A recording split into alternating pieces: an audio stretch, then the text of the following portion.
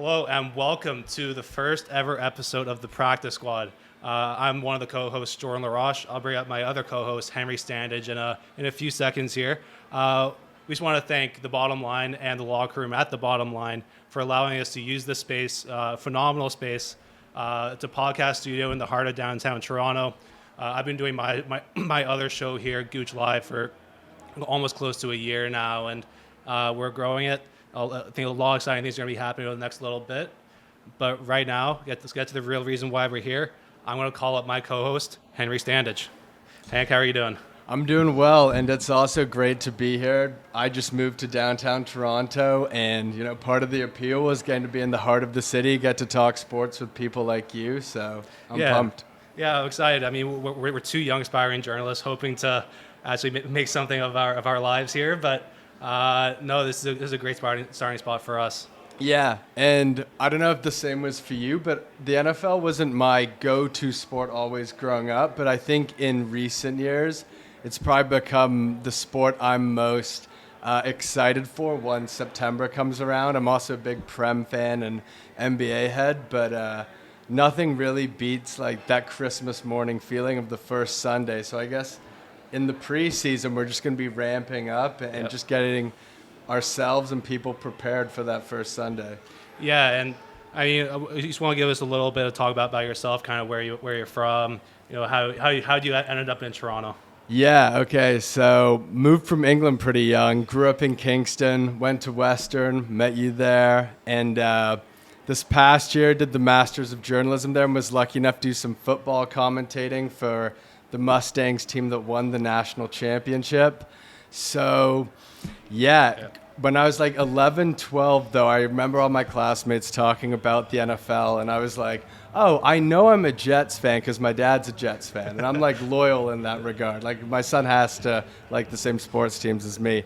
And then they started making fun of me because we had some quarterback who was eating a hot dog on the bench, and that was kind of my introduction, was like, oh, our rookie QB, Mark Sanchez, is being made fun of because he eats hot dogs on the bench. And then we were pretty good for 2 years. And then it all went downhill from there. It's been like awful for like 10 years. Yeah. Yeah. No, I mean, you did draw a bit of the short stick there, being born into a Jets family. But no, that's great to hear, man. Yeah. What about you? You support the Bills? Yeah. I mean, I've only gone to football in the last probably 5 or 6 years. I personally grew up in Hong Kong, playing ice hockey over there. I moved to Canada when I was 16 on my own. Went to boarding school, met you at Western, graduated from Fanshawe College actually with a diploma in broadcast journalism, and then I've been working here at the studio for, like I said, about a year now, doing my own ice hockey show. But very much like you, growing up, football was not my main sport. I was always a huge hockey fan, a little bit of basketball as well. But over the last few years, I probably watch more football than I have hockey, and even covering the NHL, I still probably do watch a little more football than I probably should. But no, I'm excited for this. Yeah, and it seems like each NFL season, just the hype starts earlier than ever. Yeah, and especially with the offseason that we had, I mean, I'm really excited for this year to start. We've had a lot of movement. We had probably the biggest name in the NFL retire and then unretire the next week. So we got a lot of exciting content coming to you. You're talking about Kirk Cousins, right? Sure, sure.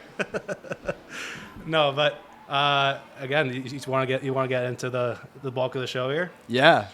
To start, I think the best way to get into where we're gonna head with this NFL season is to talk a little bit about the moves that have been going on behind the scenes since we had the Super Bowl. So I wanted to ask you, what was your favorite move that you saw out of the AFC this season? Off season, that is. Yeah, and you mentioned me liking the Bills earlier. I'm going to go right back to them. I think the signing of Von Miller is going to be a huge deal for them. That adds another layer to their defense. And if you look at the Bills' pass rush last year, their D-line's very young. But they didn't really generate a ton of pressure, a lot of rushes throughout the season. So I think adding Von Miller will not only open up space for those guys to operate, but just add another layer to that defense, which is already one of the best in the NFL. Yeah, it might help them get to the QB when there's 13 seconds left and they're up as well. Yeah, that is a bit of a painful memory. But No, I've always liked Von Miller. He may not be what he was with the Broncos a while ago, but had a great year with the Rams last year. And just bringing in another Super Bowl champion to a team that has pretty high expectations coming into the season. Yeah, they're the favorite right now. And he's probably someone that might not play every snap in the regular season. There's definitely going to be some maintenance going on because they want him for when they face the Chiefs or even, the Chargers or whoever you think might make a run. I have a very similar move for my first one, All right. which is the Chargers putting Khalil Mack on the other side of Joey Bosa. Jeez. Because the Chargers last year, well, they have good players on defense. That was definitely their Achilles heel. That offense could put up points. And now 100%. they probably have the most devastating edge pass rush duo in the league. They also got J.C. Jackson as a shutdown corner. So I think it's a great move. I've always loved Khalil Mack. I mean, I really got to watch him a lot when he was with the Oakland Raiders. And I mean, I remember that actually when he got traded to the Bears, that very first game he had something ridiculous, like 4 sacks, an interception, a forced fumble. I mean, this is a guy who I feel is one of the most exciting defensive players to watch in the NFL. Just an absolute unit, a fridge on sticks. Yeah, and no first-round picks given up to get him. A second and a third. I mean, that's huge because that return from that the Raiders got for him was several first-round picks. And I believe a couple other key pieces. So that's a great pickup for the Chargers. All right.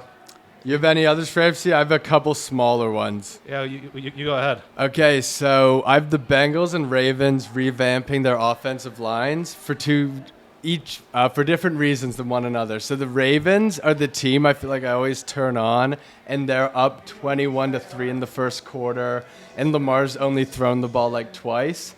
Well, that was what happened when he won the MVP. But last year, he was hurt a little bit, but that was not the case as much. And maybe it was because J.K. Dobbins got hurt, but felt like their rush game just wasn't the same. So them getting a really good right tackle, I know him because he played for the Jets last year, Morgan Moses. And then they got the number 1 center in the draft this year, who basically everyone agreed is just going to come in and be like a Pro Bowl caliber center.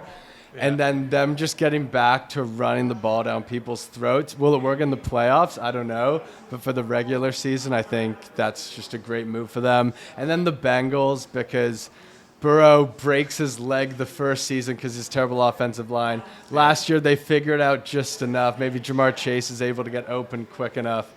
But just the amount of time he's going to be able to sit back and actually let it fly and read the D. Yeah. And when you watched the Ravens a lot last year, Lamar Jackson was like scrambling in the pocket. I mean, that's not what you want your all-star quarterback to be doing every time he's on the field. And then with Joe Burrow, like you said, 100%, that was the Bengals' biggest letdown.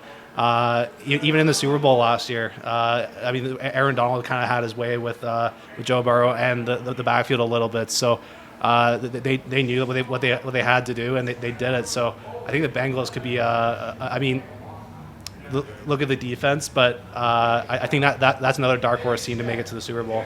Yeah, I mean, they'd be a cool dark horse if they hadn't somehow made the Super Bowl last year. Yeah. Again, I don't think a lot of people expected them to do that. Definitely not. And I think coming to this year, I don't think people are going to expect them to do it again, for sure. Okay, so let's switch over to the NFC, yeah. All right. I mean, I'm going to talk about a guy who I've always really liked. Again, left the Raiders a long time ago. It's Allen Robinson going to Los Angeles Rams. So that was my first one as well. Yeah, and with potentially OBJ, it might be maybe leaving. That's the whole situation still not totally wrapped up yet. But Allen Robinson has just been a really consistent wide receiver. Every team he's been on, and he's never really had good quarterbacks. I mean, look at Blake Bortles, Mr. Trubisky, and Dalton. I mean, he's been able to put up really good numbers with those 3 guys. So I'm really excited what he's able to do with Matthew Stafford. Pretty generous to leave Fields off that list. He was pretty terrible last year. But yeah, Robinson was also my number 1. So I won't repeat everything you just said, but I feel like the Rams are that team where it's almost like the Spurs in basketball. You're like, oh, they signed that guy. That's going to go well. They're just going to be able to bring the best out of him. Yeah. OBJ looked pretty great last year when he went there. And guys are just going to be willing to go there on the cheap because they know that offense is going to basically bring out the best in them. Yeah, for the Rams last year, a lot went right. I mean, you had Cooper Kupp having probably one of the best wide receiver seasons of all time, which, again, they just relied on that getting into the playoffs and throughout the playoffs. Teams are going to be ready for that this year. I don't think Cooper Kupp will be able to do that again. I mean, I could be totally wrong about that, but I mean, for the Rams, it's going to be a harder road to the Super Bowl than it was last year. Mm-hmm. You got anything else for the NFC? Yeah, I just thought it was interesting that the Panthers got Baker for nothing. Yeah. Now, I don't want to give them too much credit because they gave up a second for Darnold last year, which looks like an overpay. Yeah. But just getting a former number 1 overall pick only 4 years into his career, who actually led a team to the playoffs the last time he was healthy. And I think you're going to see Jimmy Garoppolo end up going for probably a second rounder or something like 2/3. And I think we're just going to be like, Jimmy, Baker, kind of feel like they're a similar kind of guy, and they just got him for nothing. Yeah, and essentially it's going to set the market for any future quarterbacks to move as well. But we were talking about it a little before we got on the show here about the Panthers, and you said it was Darnold's job to lose.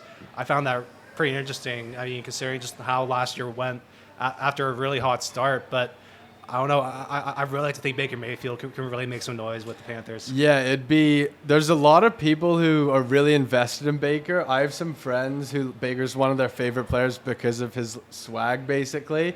And if he can't take the job from Darnold, I think that would be a tough reality. That'd be an interesting storyline to watch. The number 1, was Darnold number 2 that year? Number 3. Number 3, that's right. Saquon was number 2. That's right. So, I mean, the top 3 quarterbacks, top 3 draft picks from that draft on one team. It could be a cool storyline coming down the stretch here. Yeah. And the other one I had was just the Giants getting Brian Dable, but he's the guy who's basically credited with turning Josh Allen around. And the Giants have had such mediocre QB play, I feel like, for my whole life. That it's going to be interesting to see with some of the weapons like Saquon and Kadarius Toney and Kenny Galladay, if he can even get Daniel Jones to a baseline level where the Giants will be a little more watchable than years past. Yeah, and I think the Giants are really kind of doubling down on Daniel Jones. They didn't pick up that option this year. And it seems like they're going to keep rolling with him until something works. Yeah. And I mean, he has shown some promise in certain games here and there and making some big plays, but you have to kind of think that the Daniel Jones experiment is kind of coming towards an end in the Giants, and this is potentially a last-ditch option for him. Right. We're actually going to go through each division, kind of give our rankings where we think each team is going to finish. And we're playing a little bit of a game here. We're going to look at this again, I'd say probably halfway through the season and then towards the end of the season as well, just so we can kind of see where we all ended up. And then we're going to get 1 point for each correct placement of a team and 3 points if you nail the division entirely. So 1, 2, 3, 4 for each division. 1 point if you get one pick right. 3 points, you get all of them right. So that'd be 7 if you get the whole division right. Yeah. It's 1, 2, 3, 4, extra 3. Perfect. You want to run off with this? We'll start off with the AFC East. AFC East? Okay. Yeah. I feel like we're going to disagree on this one. So, Obviously the Bills first. Yep. Bills definitely look like a 12-13 plus win team. 100%. Then I have the Dolphins second. Oh. Now, their head coach does seem like a bit of a nerd, but I really like their running backs. I've always thought Raheem Mostert's like the best running back I've ever seen when he's healthy. Yeah. He's like beautiful to watch. Tyreek Hill, Gesicki, Jalen Waddle. And that defense was always good under Brian Flores. So if they can maintain, I think they're probably a 9-10 win team, even if Tua's not lighting the world on fire. And then I have the Jets third because, because they brought in essentially 4 first-round picks, 3 first-round picks, and the first running back taken at number 36.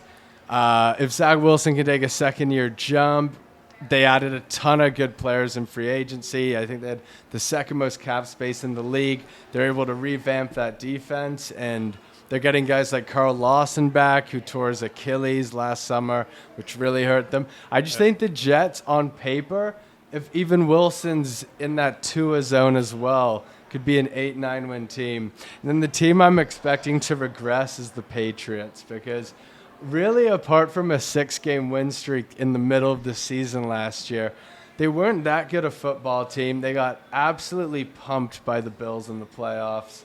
Yeah. And just beginning of the season, end of the season, they weren't very good. They did have a nice run, but I think Mac Jones, they didn't really improve his weapons a whole lot. They got Devontae Parker. That was their big addition. They don't have an offensive coordinator right now.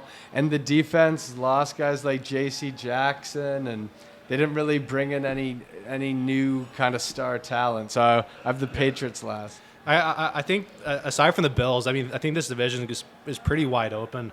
I put it down here, the Patriots in second. I'm just thinking about it a little more now.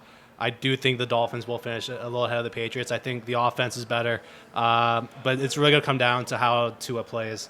I mean, Tyreek Hill seems to think that he's more accurate than Patrick Mahomes. He's only had three games where he had over 80% completion percentage. So you kind of have to take that with a grain of salt. But I do think the Dolphins will finish ahead of the Patriots. And then I think the Patriots over the Jets because Bill. It's Bill. You have to. And I don't know. I just feel like it's fun to always dump on the Jets a little bit. Yeah, well, it's definitely easy to do. I think all three of those teams are somewhere between 6 and 9 wins. And it's probably going to be one of the divisions with the highest win totals, to be honest. Because if the Bills win 14 games and then the other three average 8, it's just a good division. Yeah, I mean, a lot more depth than it has in the past. So I think that this would be a pretty exciting playoff race coming down the stretch. Yeah. Okay, what do you want at next? Yeah, you want to do the AFC North? Yeah. So I'm going to go with the Bengals first. Upgraded D-line, Super Bowl last year. I think you have to automatically put them there. I think that they are a better team coming into this season. Then I go with the Ravens. Again, like we spoke about it earlier, upgrading that O-line is going to be huge for Lamar to really kind of settle down in the pocket, kind of get back to his MVP self. I think he had a bit of a slow year last year. He wasn't really fully himself. And then I'm going with the Browns. Obviously, Deshaun Watson's going to be missing a couple of games 6 games at the start of the year. But in that time, that Browns schedule is actually looking pretty light. I can't remember who they were playing off the top of my head.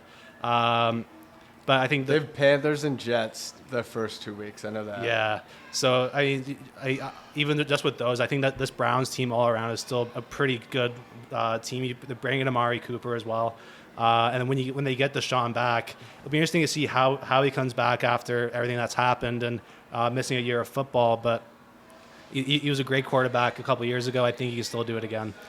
And then that brings the Steelers down at the bottom. Yeah, honestly, I would not have the Steelers last just because it seems like I don't think they've ever went under 500 under Tomlin.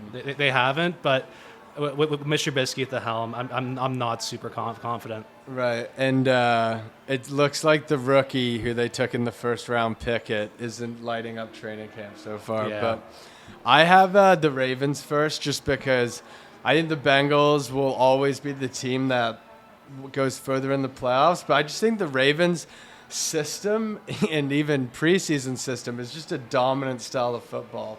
Yeah. Like, I think the safest bet week to week is taking the Ravens spread anytime they face a bad team. It seems like they just kill the teams they're supposed to beat in the regular season.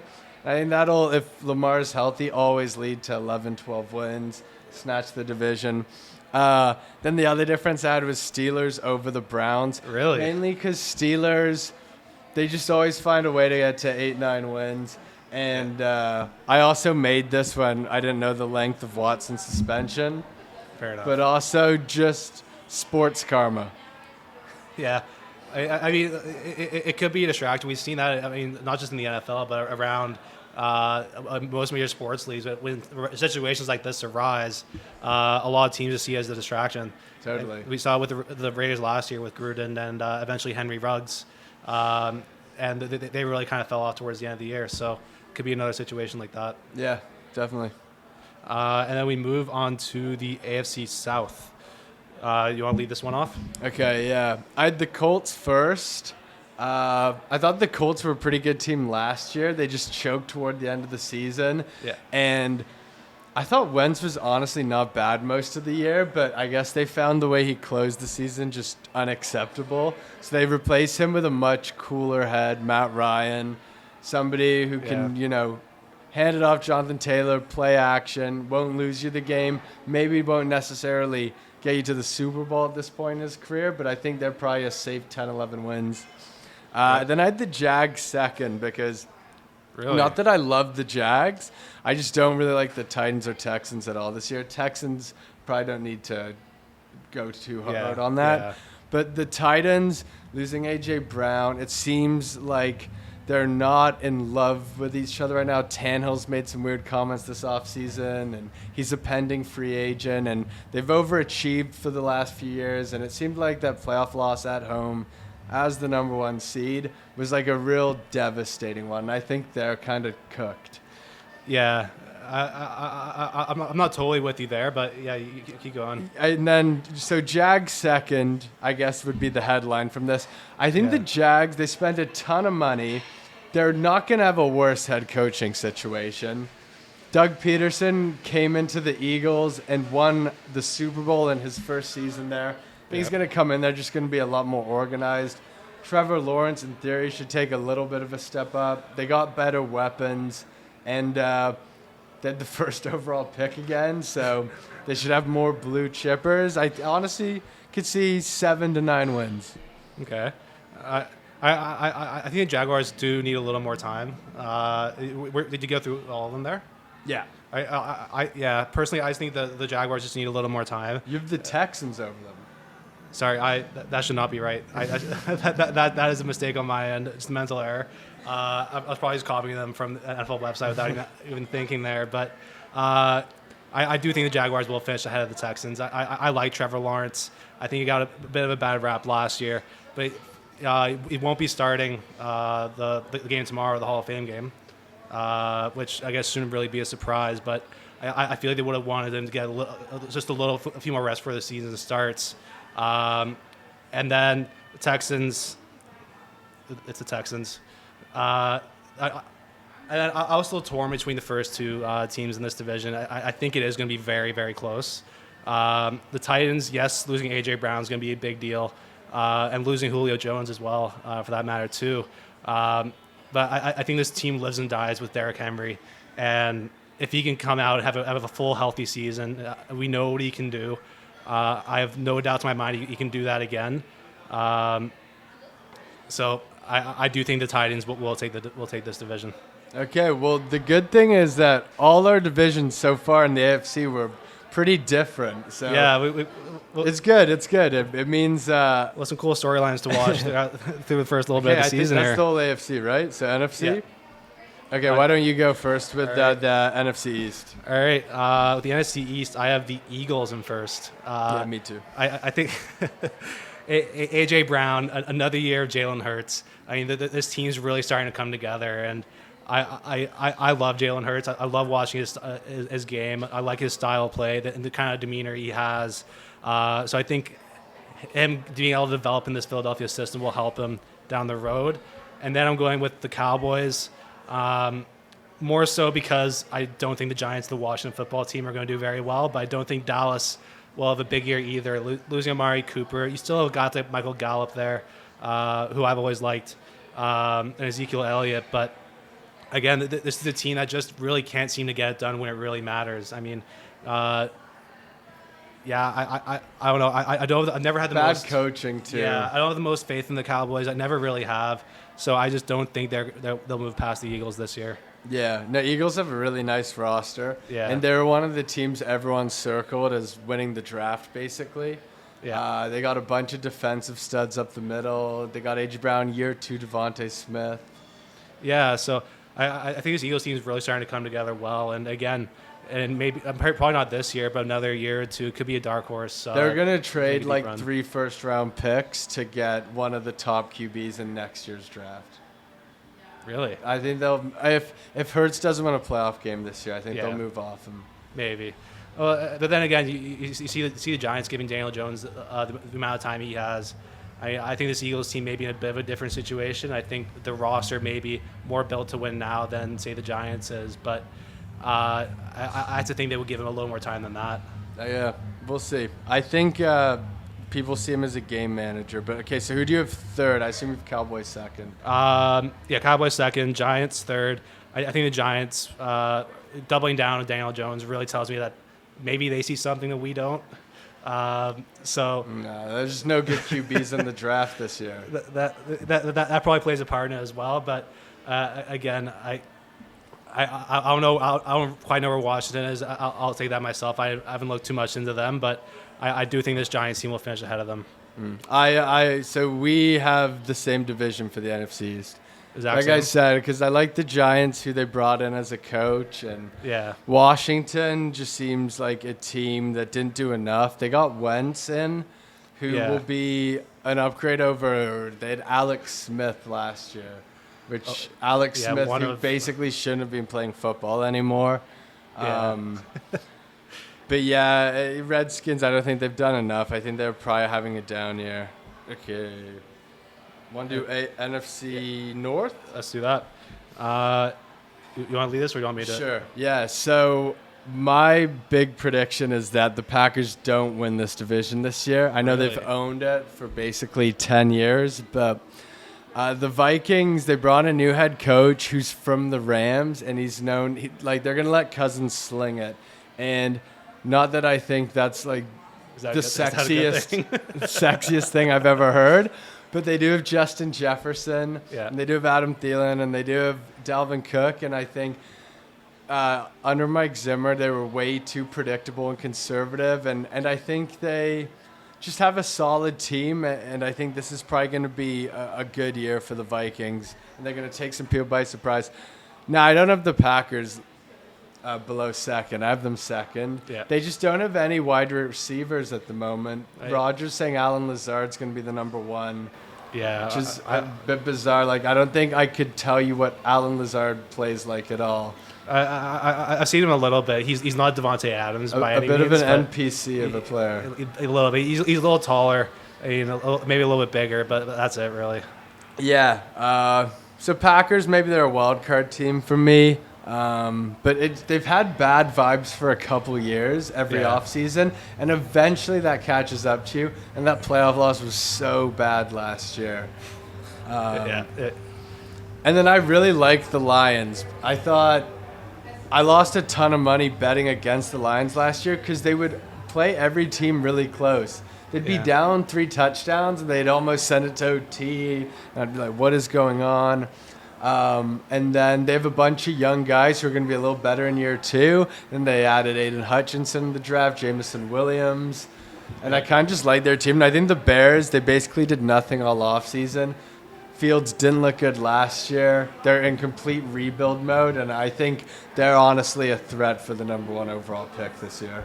Yeah. This division actually does look a little different for us as well. I mean, I had the Packers first. I mean, like you mentioned, all the drama with a lot of it surrounding Aaron Rodgers over the last few years. Aaron Rodgers is a guy who just goes out on the field and just leaves it all off the field. And I think he's going to be able to just come in and just run this team the same way they've been able to go over the last few years. And Alan Lazard, it is what it is, but you still have Aaron Jones there. And I think that core of the team, it's still a good football team. So I think they could very well win this division again next year. And then I'm going with the Vikings second. I mean, for pretty obvious here, but again, I mean, they've so many good offensive weapons and just haven't been able to get it done in the past. Like you said, being predictable, that catches up to you. So hopefully this new head coach can really kind of shake things up. I'd like to see Kirk Cousins sling the ball. I mean, it'd be really, really fun to see. Either it goes really well or it goes really poorly for them. And then rounding out the division, I have Bears-Lions here, but I think I'm going to go with you the same as you, Lions-Bears. Jared Goff, you say what you want about him. He is a decent quarterback. He's competent. Yeah, he won't win you a Super Bowl. He won't win you a ton of games, but he'll go out and do his job, and you know what you're going to get with him most of the time. So I'll take that over Justin Fields going out there, not knowing what you're going to get. You're either going to get 200 yards, 3 touchdowns, and 100 rushing yards, or 5 interceptions on 6 passes. So yeah, he just doesn't have a good supporting cast either. Losing Allen Robinson as well is going to be a big thing. So, things aren't really looking good for the Bears, and it's not going to get better much soon either. Yeah. And then you want to move on to the South? Yeah. I'll leave this one off. So I'm going with the Buccaneers first. Obvious. This team is almost Super Bowl lock at this point. Another year with Tom Brady. It'll be interesting. Kind of, do we see a decline for the first time in his career? Coming off the best season that he's had, I don't know, but it'll be fun to see. And then I got the Saints. It's Jameis time. I've loved Jameis Winston, all the storylines that he's had throughout his NFL career, needing laser eye surgery, just not be able to see. I mean, the guy's a comedian. He's a big personality. I like having him in the NFL, and now that he's going to have a starting job again with the Saints, it could go really well. His time in Tampa Bay, it was a roller coaster of up and downs. I think he's going to get in there. He's had some time to kind of reevaluate, work on his game, not be in the limelight for a lot of this. So this could be a huge move for the Saints. And then I go Panthers. We're talking about them a little bit earlier. I think it's a clear top 2 in this division. Yeah. And then it's a big drop off. Yeah, and I don't think the Panthers. I think the Panthers will be a 4 or 5 win team. It could be interesting to see how Baker Mayfield comes in, and maybe if can give Sam Darnold a kick in the ass, if he can kind of find himself again as well. If he looked like a very different quarterback towards the start of his career than he has recently. So if he can find that again, I think this Panthers team, you got McCaffrey, you got DJ Moore. It's not a bad team, but again, it's really going to come down to how the quarterbacks do. Mm-hmm. And then the Falcons, I think they're going to be a wash this year. Yeah, I have the Falcons over the Panthers just because Really? Panthers, it sounded like they wanted to fire their coach this offseason. They didn't. I think even though I like the Baker trade for value, I don't think it's necessarily going to help that team gel, bringing that guy in. And I think they could have a really bad year, and then they maybe reset next year with Baker, and they do all that. And Falcons, honestly, do have some fun weapons. Obviously, Ridley gambled and is suspended for the year, but they still have Kyle Pitts. And they, I think, brought in a new coach, too. And I think both those teams are bad. It was kind of a coin flip for me. Yeah. And I do think the Panthers just have a little more stability than the Falcons do right now.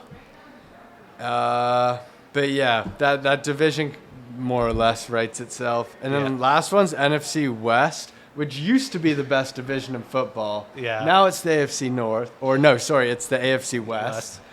AFC North is also pretty good. But this one, everyone's going to put the Rams first, I think. Yeah. Super Bowl champs, coming back. They got Bobby Wagner. They got Allen Robinson. I don't think they're going to really miss a stride. No, they shouldn't. They shouldn't, at least. And to me, they'd probably be my Super Bowl favorite to come out just because I like the continuity. And McVay, I don't know, he got over the hump. Yeah. And that whole group did. So sometimes that just happens. I mean, you need to lose before you win. And then, well, if you look at the NHL, it's Tampa Bay Lightning. It's so many years where they made it to the Stanley Cup final. They made it to the conference final. But just couldn't get over that hump. And when they did, they won 2 in a row, nearly 3 in a row. So sometimes this could be a team coming together. Right. Yeah. And Cardinals-Niners was maybe one of the toughest decisions I had to make in the entire league because the Niners, they've shown now that their coaching staff is capable of making any team look like a high school football team with the way they run the ball, and they just honestly make the game look really easy. But with just the unknown commodity at QB, I couldn't put them over the Cardinals, who at least are in a prove-it year. If the Cardinals don't have a good year, Cliff Kingsbury's probably gone. Yeah. DeAndre Hopkins is aging. This is a big year for them, and I'm betting on them being embarrassed by the playoff loss to the Rams, where I think that game was like essentially 30-0 at halftime. And then the Seahawks last, rebuilding year. Yeah. Yeah, it's going to be tough. Huge threat for the number 1 pick, even though they still have Metcalf and Lockett at wide receiver. But And Noah Fant, too. Yeah. Tight end. I've always liked him. And now, if they were to trade for Jimmy, I would have to rethink the division. But 100%. That's a talk that's been that's a move that's been talked about quite a lot for a while now too. So that'd be cool to see. QBs don't really get traded in division though, so I doubt you'll see it. Yeah. And honestly, I almost had the exact same division. I did have the Cardinals over the 49ers, solely because I just think the Cardinals are able to they have a higher ceiling with their offense than I think the 49ers do with Jimmy there. But again, like you said, the 49ers just could come out. Deebo Samuel had a ridiculous year last year. I don't know if he'll be able to do that quite again, just the amount of production that he did have. But again, just another thing to watch as the season starts. But the Cardinals, you still have A.J. Green. You still have DeAndre Hopkins, who is going to be missing some time, actually, because he tested positive for some PEDs. But again, I think this division, the top 3, could very well could finish anywhere. Right.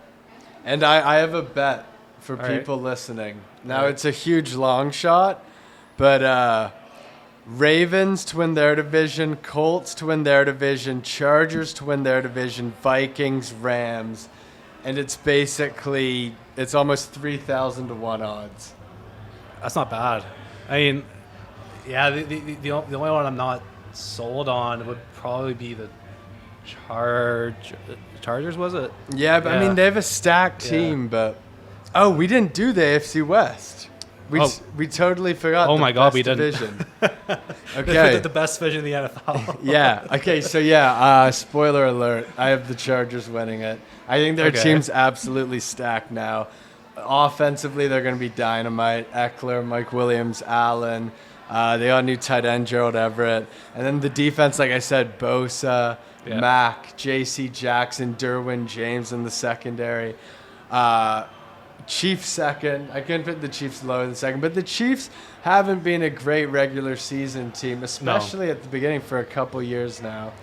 Yeah, they're kind of seeing what LeBron's been doing in the NBA and Tampa Bay a little bit, where they're may not be going 100% throughout the regular season. They're just trying to get everyone healthy into the playoffs. Yeah, and Kelsey took a little step back last year. I felt like they lost Hill.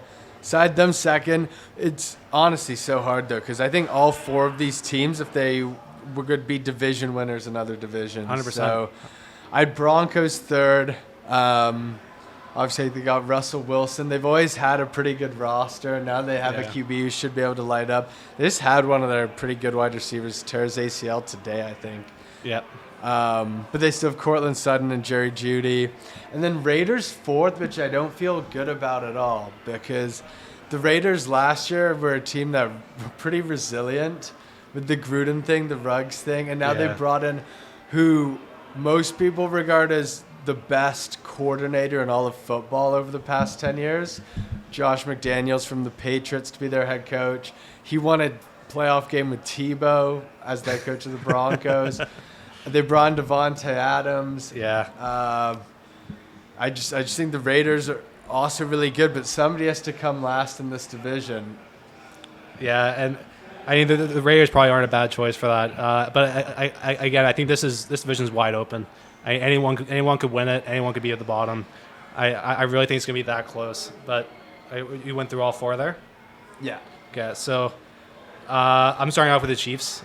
I don't think the Chiefs don't miss a beat, even with losing Tyreek Hill.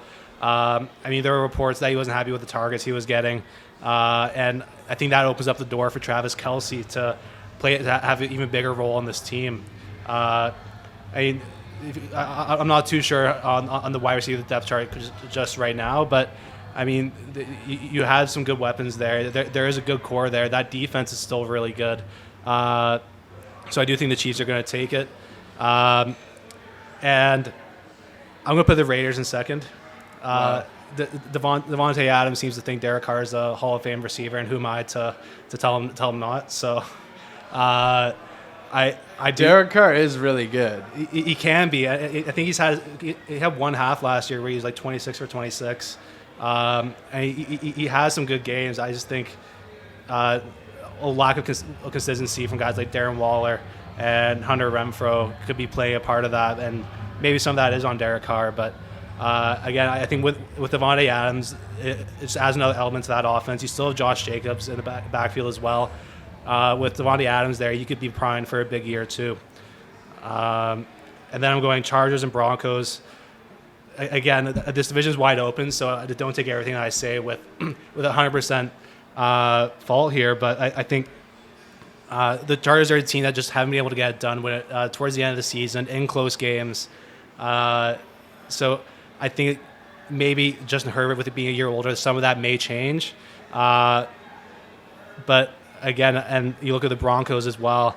That roster has always been really good. A solid defense, good offensive weapons. I think losing Noah Fant's going to hurt a little bit. But again, you still have Jerry Jeudy, Cortland Sutton. That is a very, very good offensive core there. So, and with Russell Wilson, I just think you have a little more consistency production-wise. So, again, like I said, this division is wide open. I don't think you can really say one team is 100% going to finish first. There's going to be some games in the second half of the year where these teams will be playing each other for the second time, and their records are all going to be so close. It's going to be like having playoff games in November and December. Yeah. And we did have that last year with the Chargers and Raiders and that winner go home. Yeah, that's right.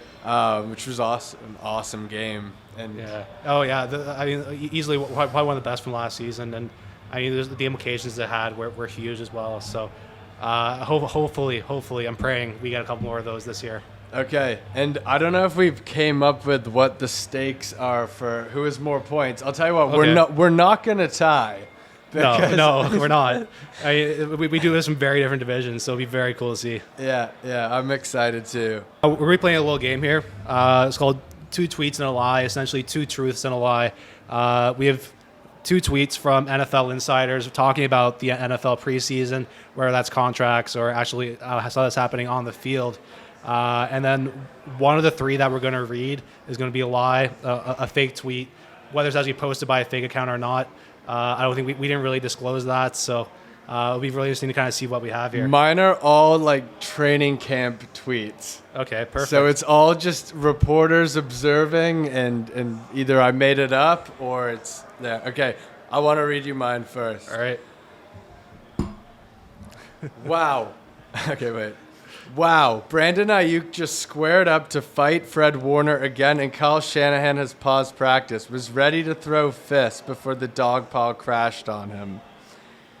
Second tweet. Before the what crashed on him? Dog pile. Okay. We don't need to panic yet, but Kenny Pickett had a pretty much worst-case start to Steelers training camp. Looks like a distant QB3 right now. Arm accuracy and decision-making all look spotty. He needs to make some huge strides. Tweet 3. Aaron Rodgers has yet to talk with either of his new wide receiver additions, Sammy Watkins and rookie Christian Watson. Locker room source tells ESPN that Rodgers prefers to make his first impressions during live offense drills. I feel like that one's true. I feel like Aaron Rodgers has enough of an ego, which isn't a bad thing, to actually be that kind of guy. That's kind of vibe I've gotten from the last few years. So I think I'm leaning towards Ayuk and Fred Warner throwing hands. I made up the Rodgers one. Oh. It's probably a little bad that I said that, but I don't care. Well, I mean, I was definitely trying to hit some sort of spot where you're like, that sounds like Rodgers. It was believable for sure. Okay, I'll go with mine. You'll probably be able to get it. Here's the Washington Post article we've been talking about on AZ Sports today. Kyler Murray's numbers dip every season as soon as the new edition of Call of Duty comes out. And then I'll go into the second one. Anytime you change quarterbacks from Hall of Famer to Hall of Famer, you go Stabler to Rich Gannon, it's going to be a little bit of an adjustment. Adams tells CBS Sports, both are great players to be around. That's talking about his transition from Rodgers to Carr. And then the Baker Mayfield to DJ Moore connection just hasn't been working as of yet. But Chris McCaffrey seems to be running the show offensively at Panthers camp. Oh, the last one's fake. Yeah. Because I know the other two are true. Yeah, that's fair. I did make it a little obvious there. No, the one you made up is pretty good, but yeah, you brought up the Kyler thing before we got on today. Yeah, I probably would have went with that. No, but they dropped the clause that a 4-hour private study drill. Correct? Yeah. They get a lot of crap for that, so it'll be interesting to see October. I can't remember what the exact day is. End of October, new Call of Duty comes out, so. Hope we might be seeing a dip in his production a little bit. Yeah, that'll definitely be something people track very closely. Do way we too know closely. it's COD? Like, do we? I mean, yeah, because he's so I do follow a little. Like, how do we know he's not playing like MLB The Show? He streams on Twitch. Oh, okay, so we know it's COD. That's good. Yeah, he's with FaZe Clan. I mean, he's pretty big in that whole world. So it is what it is. Yeah. I have one more. All right. Oh, you do? Yeah, I made two. Okay. 2 tweets, 1 lie. Mekhi Becton is throwing up behind the Jets offense now. Came off field and just started spewing. Ew. #Jets. Bill Belichick, who is yet to name an offensive coordinator, reportedly told the first team offense today that they are free to wing it during the team's preseason games. Last one. Another very crisp passing day for Daniel Jones. Just went 6 for 6 on a drive, highlighted by a deep strike to Kenny Golladay down the sideline and a short TD on a swing pass to Saquon. I mean, it has to be Daniel Jones, right? That's real. Oh my God. Hang on. Yeah, I don't know. What is it? The fake one is Belichick. Belichick. Okay, Now, yeah. they have yet to name an offensive coordinator, but Yeah. I made up that he told the first team they can wing it during the preseason game. It's just crazy enough with Bill Belichick that I kind of believed it. Yeah. But no, I something I can 100% see him doing. Just saying, screw it. Nice. All right. So I win 2 tweets, 1 lie today. I'm the victor. Maybe we'll come back to it at some point throughout the year, or definitely. We'll keep. I had so much fun making them up. We'll keep track of how we do it throughout the season, or maybe we do a couple other little things like that throughout It's the year. good preseason content. I think so. I mean, there's not a ton going on right now, so it's fun and we to don't watch. we don't have any actual football to watch, so just That's interpret it through other people's tweets. I try to I'll see some tweets. Zach Wilson uncorks 70-yard bomb to Elijah Moore, and I can't find the video. And I'm just going crazy trying to find a deep diving on Reddit. Well, we do have some football coming up soon tomorrow. The Hall of Fame game. I believe the induction is this weekend as well, so maybe we'll have a little more to talk about. But actually, we'll talk about. I've got another idea. We'll talk about it off camera. Okay. But we'll start to wrap this up now. So you can find the practice squad and all social media platforms: Facebook, YouTube, Twitter, Spotify, Apple Music, Anchor, anywhere you find or watch or listen to podcasts, we'll be there. But Instagram, Twitter, we'll be the practice squad TO. I'm at Laroche Jordan on Twitter.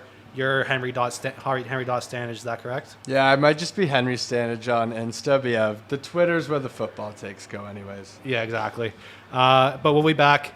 This is coming out on Thursday. We're recording this on Wednesday. We'll be back here same time recording next Wednesday, hopefully. Releasing Thursday morning, as we will throughout the preseason. And then when we get to the regular season, we was talking about moving it to a week. We'll talk about that and keep you guys updated about how that goes. But anything else you want to say? Leave your last words here? I think you wrapped it up beautifully. I guess I will watch the Hall of Fame game tomorrow. It's something. It wasn't on my radar, but yeah, I guess so. Yeah. I need my